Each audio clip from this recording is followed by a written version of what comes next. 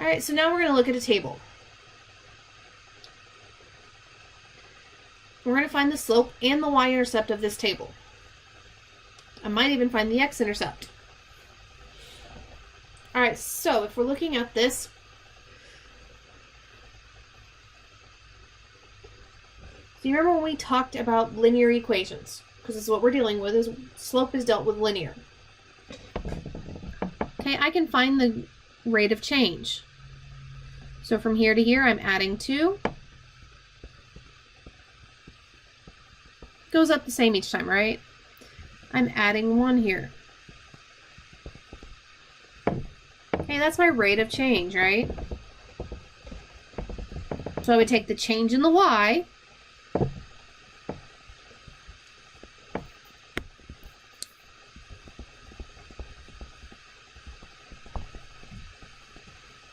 over the change in the x. So my change in my y is I have a positive 2. My change in my x is 1. So my slope is 2 over 1. Now, if I forget this, this is just a set of points, isn't it? Each one of these. So I can pick 2 of these and plug it into my formula.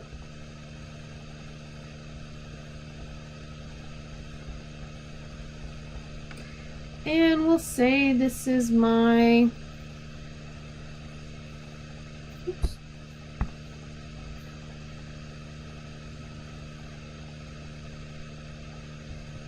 x1, y1, and my x2, y2. I'm going to erase some of this that I'm not dealing with anymore. So all I'm doing is picking 2 points on the line. And again, I can plug them in. My y2 is 6. My y1 is 2. And then I've got 2 minus 0.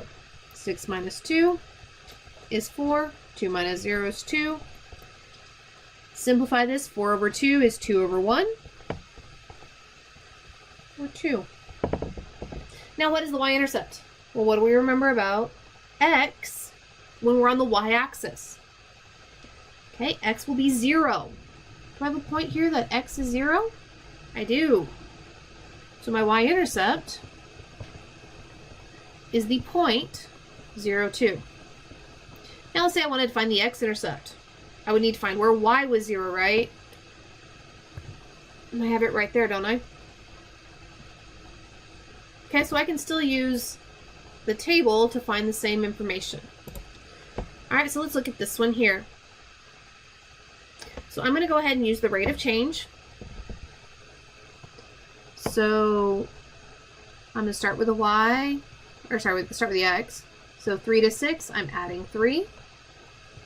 6 to 12, I'm adding 6. 12 to 15, I'm adding 3. That is a terrible 6. Let's rewrite that 6. Okay. So now from 20 to 16, I'm subtracting 4. From 16 to 8, I'm subtracting 8. And from 8 to 4, I'm subtracting 4. Okay, so I don't seem to have a consistent rate of change here, do I? So remember, it's the change in the y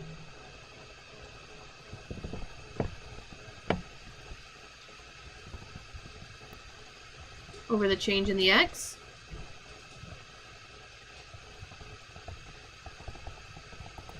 So what's my change in my y? Well, I've got 2 separate ones here. So let's look at both of them. So I'm going to start with this one here. Okay, I've got negative 4 over 3,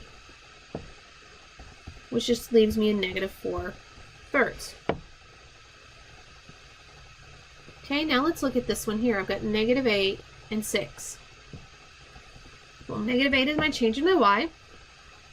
6 is the change in my x.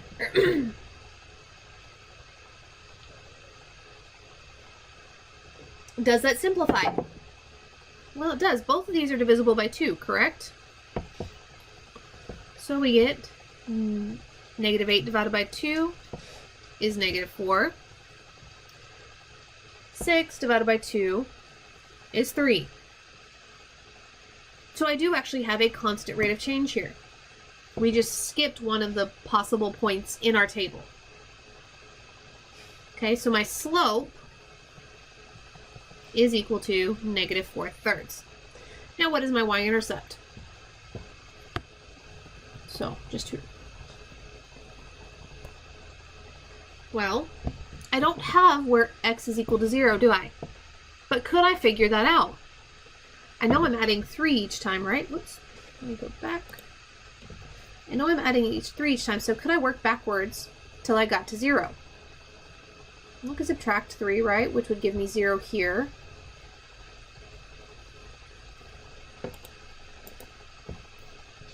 And then I could add 4 here. So my y-intercept would be the point 0, 24. Because I was subtracting, right, each time. All I had to do was add 4 to the 20 to give me that back.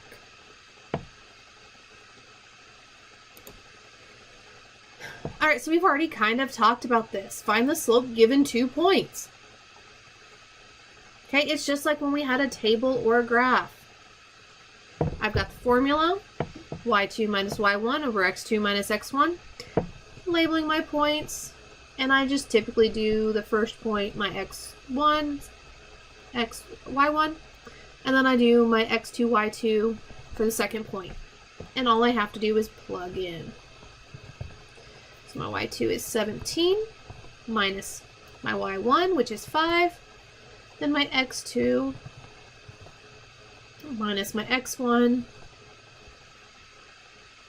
17 minus 5 is 12. 4 minus 0 is 4. And 12 divided by 4 is 3. So my slope for this is 3. Now notice if they asked me for my y-intercept, could I figure it out on this problem? I actually can. They give it to me right here. Anytime I have 0 for my x, I know it's going to be on the y-axis, correct? Alright, so let's find the slope of this one. Again, labeling my points. x1, y1, x2, y2. All I have to do is plug in -6 minus -10 over 0 minus a -12. Now again, guys, it doesn't matter which order I put the points in, so long as my points line up on top of each other. Okay? Alright, so -6 minus a -10 is a positive 4. Over 0 minus a -12 is a positive 12. Okay? This simplifies, both are divisible by 4, and I get 1/3. So my slope for this is 1/3.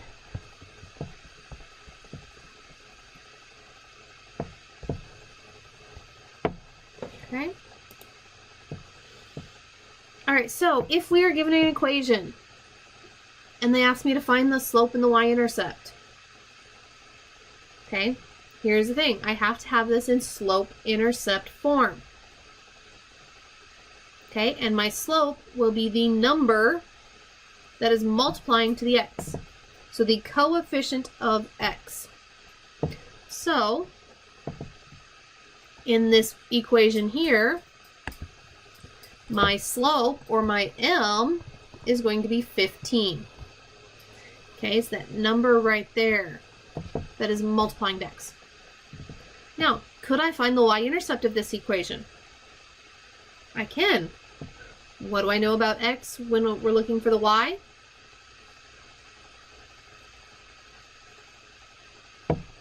Well, I know x is 0, right? So I can say y is equal to 15 times 0 plus 7. Well, 15 times 0 is 0. And 0 plus 7 is 7. So my y-intercept there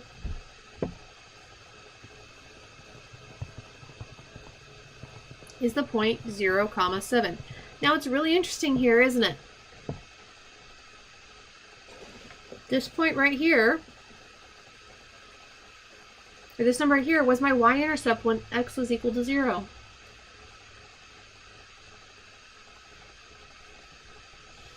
So this b in this form is always going to be my y-intercept. So what if they don't give me the equation in slope-intercept form? Really simple, guys. All I have to do is solve for y. And we've done this before. This is not anything new for us. So I'm going to start by moving the 4x away from the y. And I do that by doing its opposite. So negative 3y, because those canceled each other out, is equal to negative 4x plus 36. Okay, still have the 3 and multiplying to the y, so I'm going to divide, and I'm dividing everything by negative 3. Now, I can't divide 4 by 3 evenly, can I?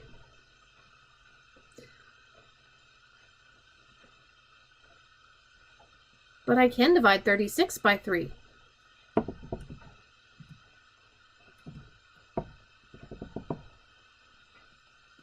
So a negative divided by a negative does become positive. So I get 4/3 x minus 12. So what is my slope? Well, it's this number right here. So my m, or my slope, is 4/3. And my y-intercept, or my b, is negative 12.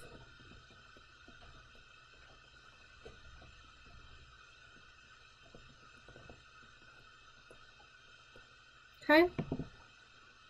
I'm going to do one more where I have to solve for y. So I've got 3x plus y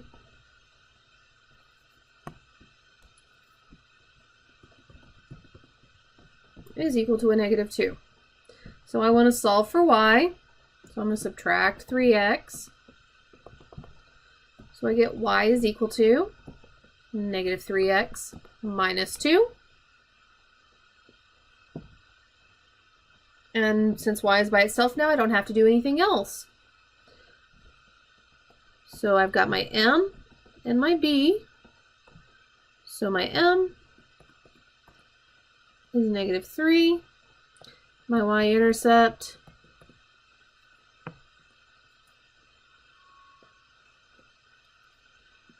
is the point 0, negative 2. Because remember, x will always equal 0 on our y-axis.